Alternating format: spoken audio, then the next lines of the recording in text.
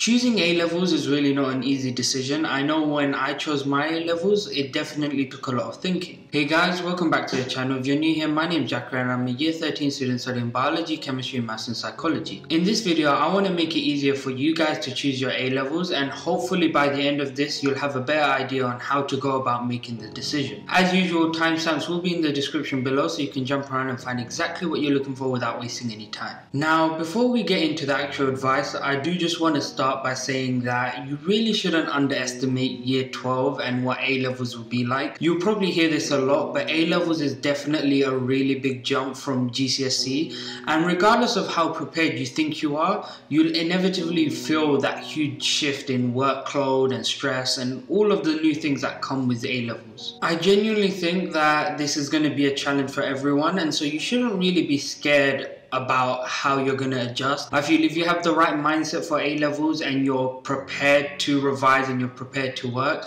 then the jump will eventually become normal to you and you'll find yourself integrating into A-levels. Unless you're going in with the mindset that you're not going to do any revision and you're not going to put any effort into it, I very much doubt that you'll reach the end of year 13 feeling as lost as you will at the start of year 12. So don't worry too much about that. Now, moving on from that, the first thing you want to think about when deciding your A-levels, and probably the most obvious, is thinking about what career path you want to go down in the future or what university degree you want to study. If you have some sort of idea of what you want to do in the future or where you want to go, it's worth looking into what A-levels you need for a certain course or a certain job, because a lot of courses at university have very specific grade requirements. The last thing you want to do is reach year 13 where you have to start thinking about submitting your UCAS and then realizing that you picked the wrong A-levels for the course you want to do, or you can't apply to a certain course because you haven't met all their subject requirements. Now, as I mentioned at the start, I'm doing biology, chemistry, maths and psychology, and a large reason for me choosing biology and chemistry is because I applied to medicine, and I knew that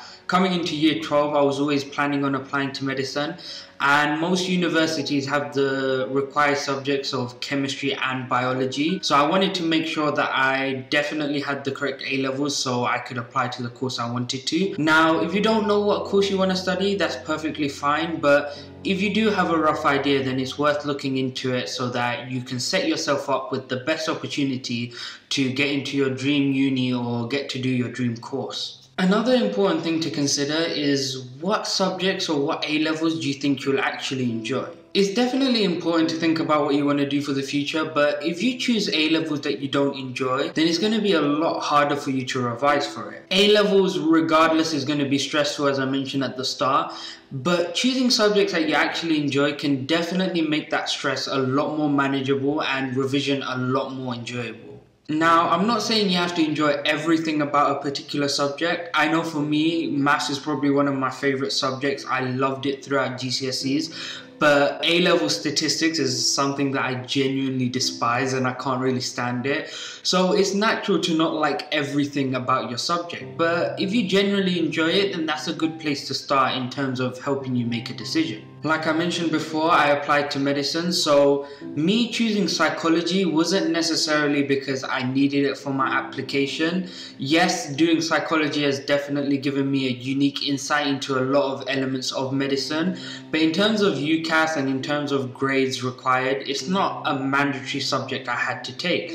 But the main reason I decided to take it is because I really enjoyed doing it at GCSE, and I found that my natural interest in it made revision on the subject a lot more straightforward and a lot less stressful. I actually started off year 12 only doing 3 subjects, biology, chemistry and maths, because I was told that chemistry and psychology clashed and so I couldn't do them together. But about 2 months in, I realized that there was a bit of a mistake from the school and I could actually do the subject, so I ended up picking it up about 2 months after everyone started. But because I naturally enjoyed the subject, catching up with everyone was a lot more straightforward than I thought it would be, and before I knew it, I was up to speed and keeping up with the whole class. And that perfectly brings me on to my next point, which is to make sure that the sixth form or college that you're applying to can facilitate for the subjects that you want to choose and will allow you to do the combinations of A levels that you want. So essentially you want to, one, make sure that they provide the A levels you want to do, and two, that they provide the combination of A levels that you want to do.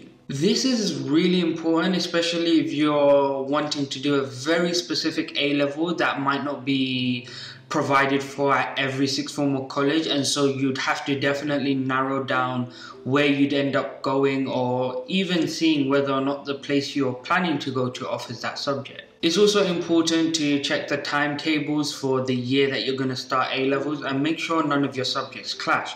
For example, if you want to do physics and further maths together, but the sixth form or college you've applied to has it where the subject lessons happen at the exact same time, then it's physically impossible for you to pick both subjects unless you were trying to teach yourself one, which definitely becomes a lot harder. So just make sure that there's no clashes whatsoever and that the timetabling is such that you can choose all the subjects you want.